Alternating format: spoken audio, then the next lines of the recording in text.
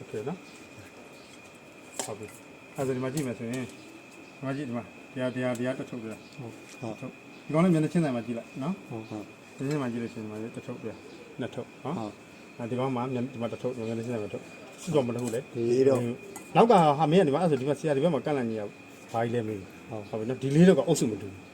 တစ်ထက်တည်းတနေရာတည်းမဟုတ်ရင်အုပ်စုမတူတဲ့ gain မှတ်တာနောက်ဆိုမှတစ် gain ဟုတ်ပြီနော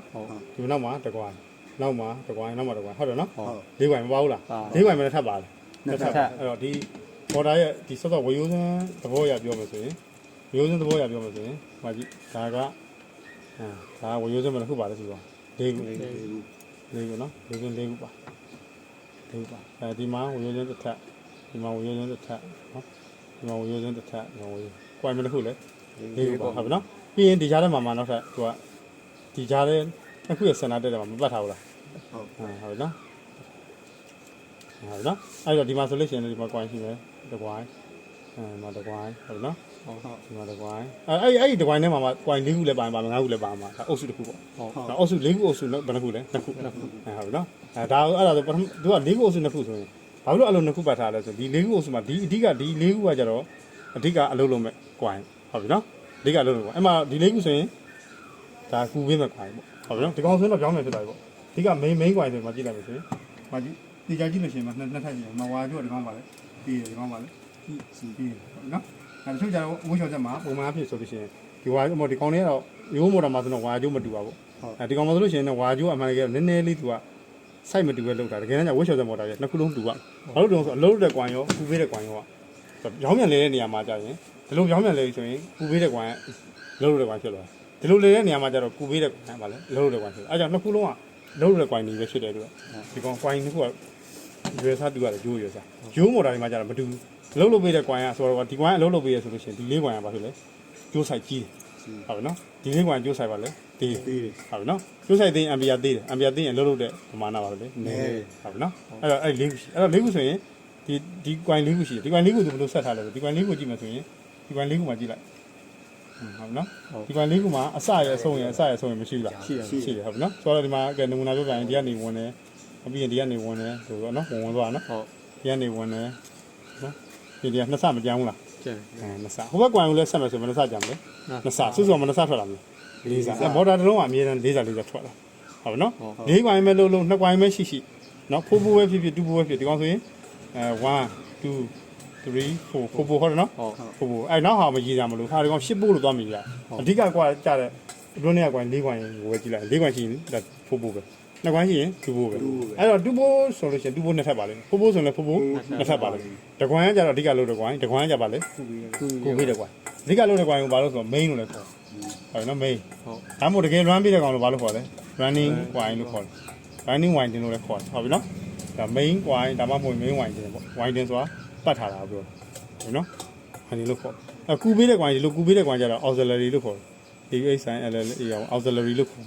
auxiliary coin ဒါမှမဟုတ်စရုံမဲ့မောင်းပေးတဲ့ကောင်လို့ဘာလို့ခေါ်လဲ setting coin လို့ခေါ်တယ်ဟုတ်ပြီနော်ပုံမှန်နဲ့ setting coin နဲ့ running coin မှာရိုးမော်တာတွေမတူဘူး setting coin မှာတတ်ထားတဲ့ဝါကျိုးကဘာလဲသေးတယ်ဝါကျိုးသေးတဲ့အတွက်သူကခုခံမှုများတယ်အုံများတယ်ဟုတ်ပြီနော်ဝါကျိုးကြီးတဲ့အတွက်ခုခံမှုကနည်းအတွက်အုံနည်းတယ်ဟုတ်ပြီနော်အဲ့တော့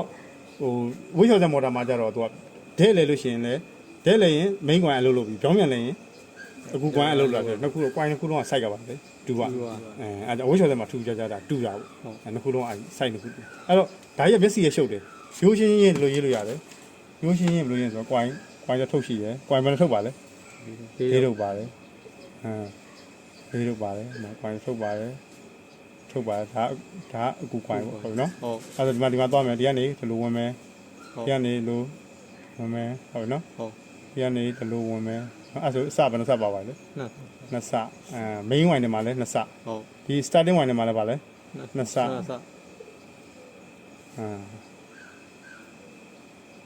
စ်စောမနှစ်စပါလဲလေးစဒါကြီးကိုရှုပ်သေးတယ်ငါတို့ simplify လုပ်တယ်လို့ပြောတယ်လေ့လာတဲ့အခါတစ်ခုလေ့လာတဲ့အခါကျသင်္ကေတနဲ့ပဲသွားတော့ဒါဆိုဒီ coin လေးခုလုံးတစ် coin လို့ယူထားတယ်ဟုတ်အဲ့ဆိုရင်ဒီကောင်တစ် coin မဟုတ်လားဟုတ်နောက်တစ် coin မဟုတ်လားဟုတ်နှစ် coin လို့ယူထားတယ်ဒါ main wine တယ်ဒါ running coin ဒါပါလဲstarting coin နှစ်စားလို့ပဲယူထားလိုက်ဒါဆိုဒီလျှက်စစ်ပစ္စည်းတစ်ခုကအလုပ်လုပ်ဖို့ဆိုရင်ဒီနှစ်စားလုံးကိုမပေးရမှာကျက်စမပေးရဘူးလားပေးရမယ်ဆိုရင်မှကြည့် ပါဝါပေးဒီကောင်လည်းပါဝါပေးဒီလိုပဲဒီကောင်လည်းမပေးရဘူးလား ပေးရ ပေးရအဲ့ဒါမပူလိုက်ဒါအလုံးမလုပ်ဘူးလား လုံး လုပ်ပြီနှစ်ကွိုင်လုံးကစမောင်းတဲ့အချိန်မှာမော်တာစမောင်းတဲ့အချိန်မှာတော့ရုံအားလို့နော်ရုံအားလို့ကဆိုတော့ရုံအားရဲ့သဘောကကျွန်တော်ပြောဒီပိုးတွေများလေရုံအားကောင်းနေလို့ ဟုတ် ရုံအားကောင်းတယ်ဒါပေမဲ့ပေါင်းဆိုလေနှုံးပါဖြစ်သွားလေနည်းသွားတယ်ဆိုတော့ပြောလို့โอเคတကယ်ကိုလူနှစ်ယောက်ပြစ်ပြီးပြန်လည်ပြစ်ပြီးအကြိမ်များတာနဲ့ ဟုတ် လူများမှအကြိမ်နည်းပါဒါပေမဲ့လူများတော့လူမတက်တာပါဘူးလားအဲ့သဘောမျိုးပဲပေါ့နော်ဒီကွိုင်တွေ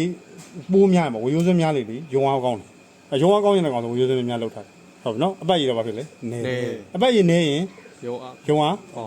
ကောင်းတယ်ဟုတ်ပြီနော်ဒါသဘောဆိုပါဝါမော်တာဆိုက်ချင်းတူတယ်ဝါချင်းတူတယ်ဆိုတော့အပတ်ရည်နည်းနေပြီရုံအားကောင်းတယ်ဟုတ်ပြီနော်ဟုတ်ကဲ့နော်အဲ့တော့ဟိုပါအပတ်ရည်များတိုင်းရုံအားကောင်းနေရတော့မဟုတ်ဘူးဟုတ်ပြီနော်အပတ်ရည်များရင်လေအားကောင်းတာပဲရှိတယ်ရုံအားကြတော့အပတ်ရည်နေတာမမီဘူးနော်အဲ့မော်တာမှာမော်တာလုံးနဲ့ပြောမယ်ဆိုရင်နော်နှင်းလေတဲ့အချိန်နဲ့အမကားဆိုရင်နံပါတ်1 key နဲ့မောင်းတဲ့အချိန်ဆိုရင်အပတ်ရည်မနေဘူးလားနေတယ်ဒါပေမဲ့ရုံအားကောင်းတယ်ဟုတ်ပြီအဲ့လိုမျိုးကွာနံပါတ်3ဖြစ်သွားပြီဆိုရင်အပတ်ရည်မြန်လာမြန်လာဒါပေမဲ့ရုံးကနံပါတ်1လောက်အဲ့ဒီတော့အတူတူပဲဟုတ်ပြီနော်အဲ့ဆိုရင်ဒီကောင်စမောင်မောင်ကြီးမှာနှစ်ကွိုင်လုံးလှုပ်လို့တယ်လှုပ်ပြီးရင်နှစ်ကွိုင်လုံးလှုပ်လို့မရဘူးဘာလို့နှစ်ကွိုင်စာကြီးဆိုရင် MB ကအရင်များနေရောမှာဒီကောင်ဟုတ်ပြီနော်မောင်မီခဏမောင်မီရင်တကွိုင်အလုပ်လို့ဆရာမလိုဘူးဖြတ်ပြရမယ်ဖြတ်ပြမှာခါကျတော့ဖြတ်ပြတယ်ဆိုတာဟိုလိုမျိုးခလုတ်နဲ့ဖြတ်ပြတဲ့သဘောမျိုးမဟုတ်ဘဲနဲ့ဘာလို့ तू ကပြည့်စစ်သဘောရဆိုရင် face angle ပြောင်းပလိုက်တာပေါ့နော် face ကို split လုပ်ပလိုက်တာပေါ့နော်အဲ့တော့ဟိုတစ်ဆက်တည်းမကြတဲ့ခါကျကားတန်ကတပြိုင်နဲ့ဆွဲနေတယ်မဟုတ်တော့ဘူးเนาะတက်လက်စီပြန်လို့အမော setting လုပ်တဲ့ချိန် running ကမလုပ် running လုပ်ချိန် setting မလုပ်ဘူးပေါ့အဲ့လိုဖြစ်သွားတယ်အဲ့လိုလုပ်တာเนาะအဲ့လိုမျိုးဖြစ်အောင်သူကဘာနဲ့ချနိုင်လဲဆို capacitor ဓာတ်တွေကနေကွန်ဒန်ဆာဘူးနဲ့ချနိုင်ဟုတ်ပြီเนาะ capacitor ဘူးနဲ့ချနိုင်ဟုတ်ပြီเนาะ capacitor ဘူးထည့်လိုက်တဲ့ခါကျတော့ setting ကွန်က running ကွန်နဲ့ပေါင်းဆိုအလုပ်လုပ်တဲ့အချိန်ပါပဲလေချလာတော့အဲ့ဒါချုပ်တယ်ရိုးရှင်းပြောရင်စမောင်မောင်ချင်းမှာနှစ်ခုလုံးလုပ်တယ်ခဏနေ setting ကွန်ကအလုပ်မလုပ်တော့ဘူးအဲ့လိုမျိုးဒူပြင်းနားလည်းအောင်လို့ရှင်းပြလိုက်တယ်เนาะအဲ့ဒါကြောင့် setting ကွန်မှာဗာခံလိုက်တာအောင်capacitor ခံလိုက်တာအဲ့ကြောင့်ဒီကောင်ကဘာလို့ခေါ်လဲ capacitor ပဲဒါပေမဲ့မောင်းနေတဲ့အချိန်မှာဒီကောင်ဆက်တိုင်းမသုံးလားသုံးနေတော့ဒါပေမဲ့ setting ကွိုင်မှာတော့တက်တာပဲဒီကောင်ကဘာလို့ခေါ်လဲ running capacitor လို့ခေါ်တယ်running capacitor လို့ခေါ်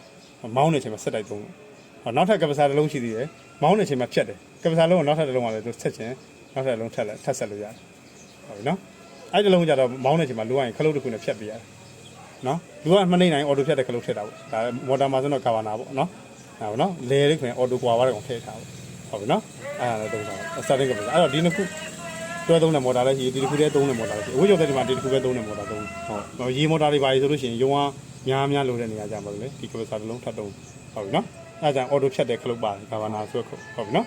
ဒါမော်တာရဲ့အခြေခံတစ်ပုဒ်ပြောပြ